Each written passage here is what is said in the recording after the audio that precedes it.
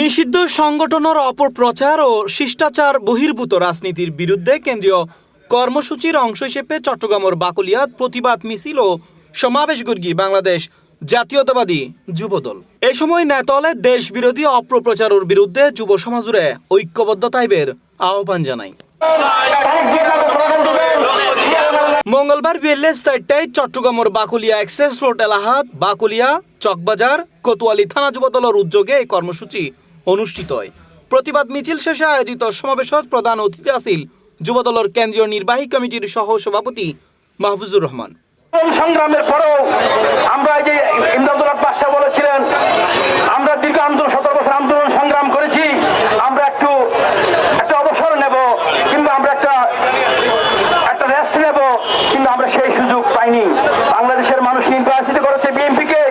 5 মাস যেতে না যেতেই তারা দেশের বিরুদ্ধে ষড়যন্ত্র শুরু করেছে। জুলাই বিপ্লবের সময় বাংলাদেশের জনগণের বিরুদ্ধে যুদ্ধ করেছিল আপনারা জানেন, রাষ্ট্রের বিরুদ্ধে যুদ্ধ করেছিল আপনারা জানেন, এবং বাংলাদেশের সাধারণ নিরীহ ছাত্র জনতাকে গুলি করে সহস্রাধিক নেতা কর্মীদেরকে হত্যা করেছে আপনারা জানেন।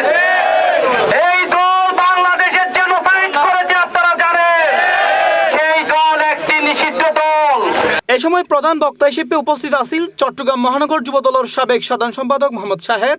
বিশেষ অতিথি হিসেবে আরও উপস্থিত আছিল মহানগর যুবদলের সাবেক সিনিয়র সহ সভাপতি মোহাম্মদ ইকবাল হোসেন, সাবেক সিনিয়র যুগ্ম সম্পাদক মোশাররফ হোসেন ও সাবেক সাংগঠনিক সম্পাদক এমদাদুল হক বাদশা।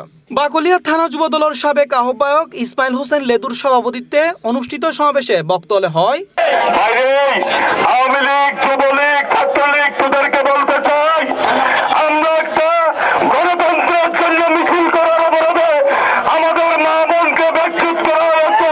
আমরা দীর্ঘদিন আন্দোলন করেছি, এবার মনে হয় আমাদের বিশ্রামের পালা। 15টা থানা নিয়ে একটা মডেল সংগ্রাম আমরা সবাই নেতৃবৃন্দরা গঠন করেছিলাম। বন্ধুরা আমার, এই সময় বক্তব্যে দেশপ্রেম, গণতন্ত্র ও জাতীয় স্বার্থ রক্ষায় নেতাকর্মী অলরে আরো সক্রিয় ভূমিকা পালনের আহ্বানের মধ্যে দিয়ে শেষ করে প্রতিবাদ সমাবেশ। ধন্যবাদ। C+ TV, Chattogram. মহানগর যুবদল